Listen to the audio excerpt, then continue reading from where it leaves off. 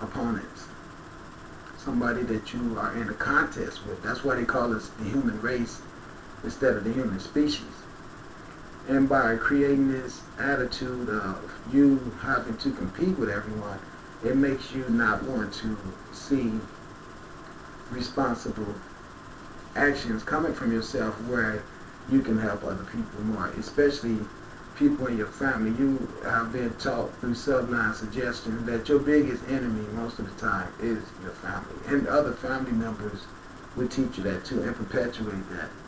But in actuality, the whole earth is your family. Not even your immediate family is who you should always have reliance on, that is more stronger than under reluctance of reliance would be toward them.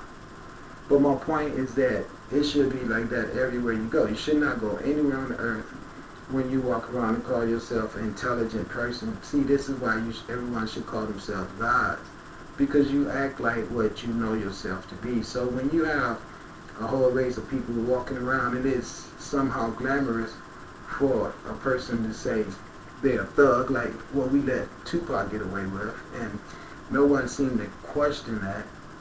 And because he was an artist and he sung really good, truthful rap songs, but he never tried to hide the fact that he had went down the gangster road and was very much so a part of the gangster road, as he was, if you will, moonlighting gangster rapper at the same time, which everyone later identified being a gangster and a rapper to be the same package.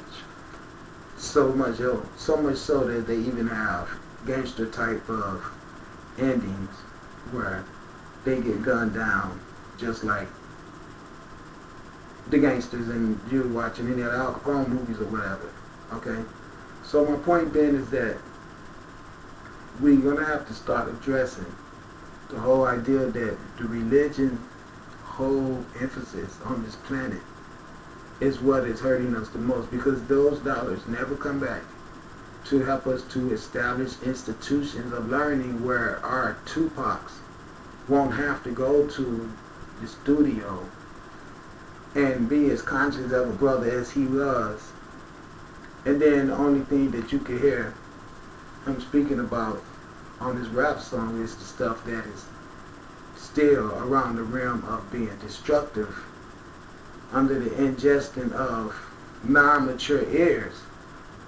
And my point then is that the talent that he had, when you hear him not on stage singing a rap song and actually talking about the struggle and the problems of the inner city and the urban, he was very much enlightened and conscious about what our true problems were. And it's like never before apparent that deep inside that's who he was. But along with that, the whole concept of being a thug and laying all the honeys and getting high and fronting the crystal and all that stuff was very much so a forte of his characteristics as well, which is burning the candle at both ends, because not only do you have enemies in the industry just from you having a great talent, now you got enemies out there that's going to be able to make a profit off of all of the hype that they're going to sell. But this hype creates more envy, more jealousy, and more potential for your outcome to end up the outcome that ended up the outcome. So they've got a market for selling violence, competitiveness, and poetry around black existence, a state of melanated being in America. It's become very profitable to watch that whole chronological roller coaster ride of these rappers. They done got to the point so far now where they're even giving you proposed Illuminati sacrifice victims and names and everything now. You know, in other words, it done got so big and famous that the Illuminati have human sacrifices that they actually gotta suspect sacrifice list. Proposed to be killed in 8 months. And I had the name of the people and everything. I said, boy, this ain't, they ain't playing. They are not playing.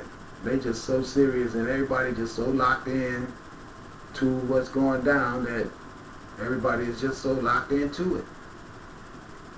So it's just an amazing type of experiences going on this planet right now. They probably always have been going on. I know the sun is emitting these green lights like never before. And I'm getting a real big kick out of it. I wanted to read something. It said, after these things I saw 4 angels standing on the 4 corners of the earth, holding the 4 winds of the earth, that the wind should not blow on the earth, nor on the sea, nor on any tree. And I saw another angel as ascending from the east, having the seal of the living God. And he cried with a loud voice to the 4 angels, to whom it was given to hurt the earth and the sea. Now see, this is what I'm saying. Saying, hurt not the earth, neither the sea nor the trees, till we have sealed the servants of our God in their foreheads. Imagine that. In their foreheads. The pineal. Hurt not the earth, neither the sea nor the trees, till we have sealed the servants of our God in their foreheads. Okay? And I heard the number of them which were sealed, and there were sealed 144,000 of all the tribes of the children of Israel.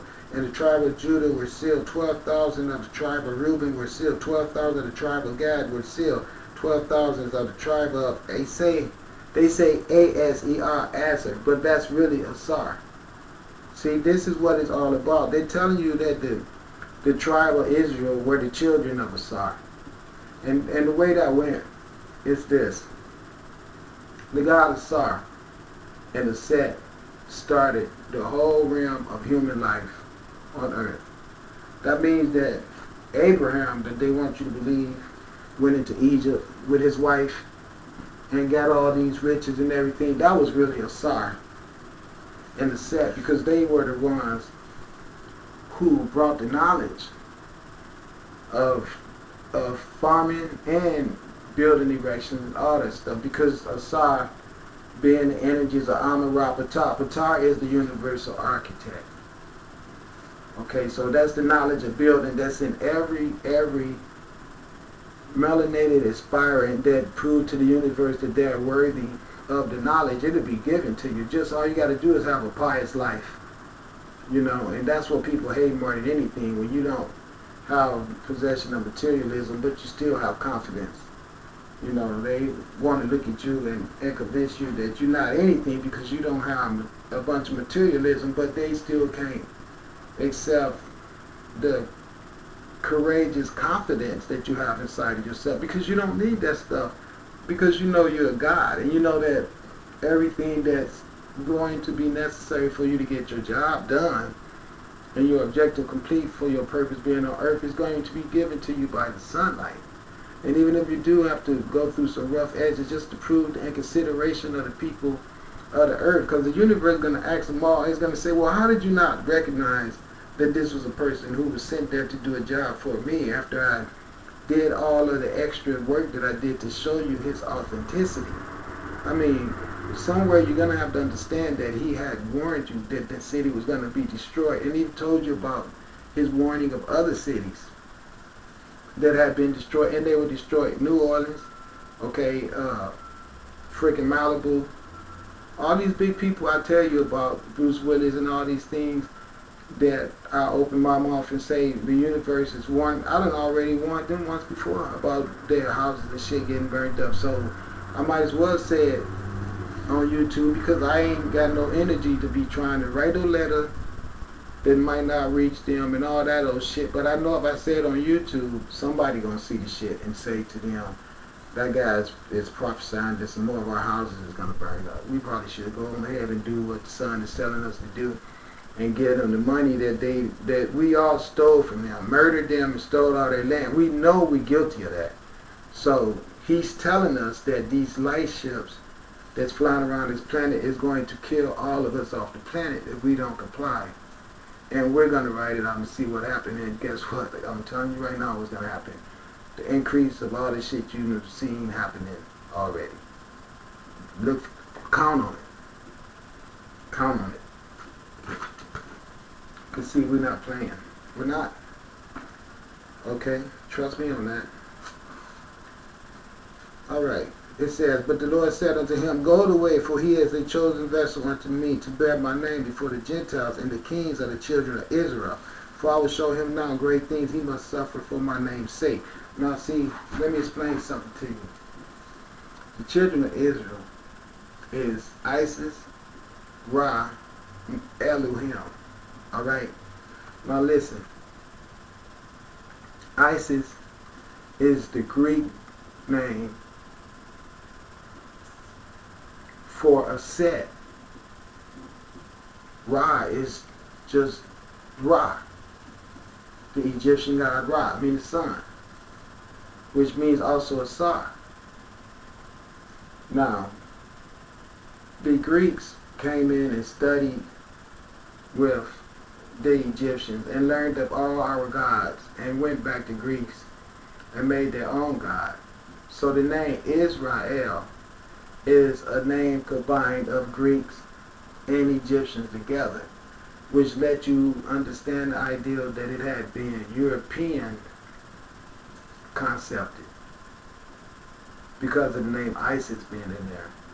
Or either it was written by the Egyptian people given to the Greeks with the instructions of having the Isis put in and the Aset removed. So it's just like Abraham is the Ab, meaning the soul of Ra, the son, Hamites, Abraham. So it is the soul of Ra children. So all this stuff it's all melanated stuff that was plagiarized by the white people, but it keeps on pointing back to the Ab, which is the stomach area, the place where God is stored, the energy is stored in the lower intestines. The Ab, the Ba, the Ra, the Ka, alright? Karate, Ka, Ra, okay? The Ka is your spirit of the sun, Ra, movement, Te, movement. So the spirit of the sun moving is what karate is. That's the more ancient black stuff when China was inhabited by dark people. The whole earth was at one time. So the Israelites were the Moroccan people. They left Morocco. Actually, they left Ethiopia, went to Morocco. People left Ethiopia, went to Morocco as well as up into Egypt. We migrated all over Africa from the bottom of the mountain of Kilimanjaro at the river's now source, Tanzania, way down there. There was volcanic activity that set the migration of people and started them to move out of that region. Okay, as they moved more away from Tanzania up north, okay, they built temples. They were building temples way. By the time they got to Egypt, they had become masters at building. And Egypt was a collective source of information of all the things that had gone on forever.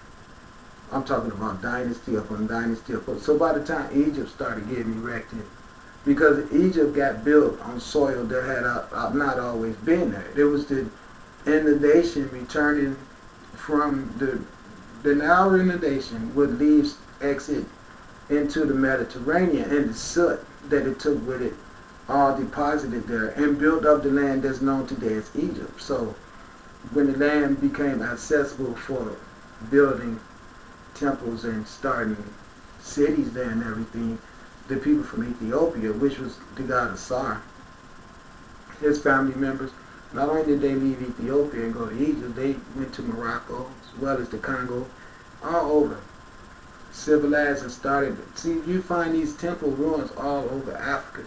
It's just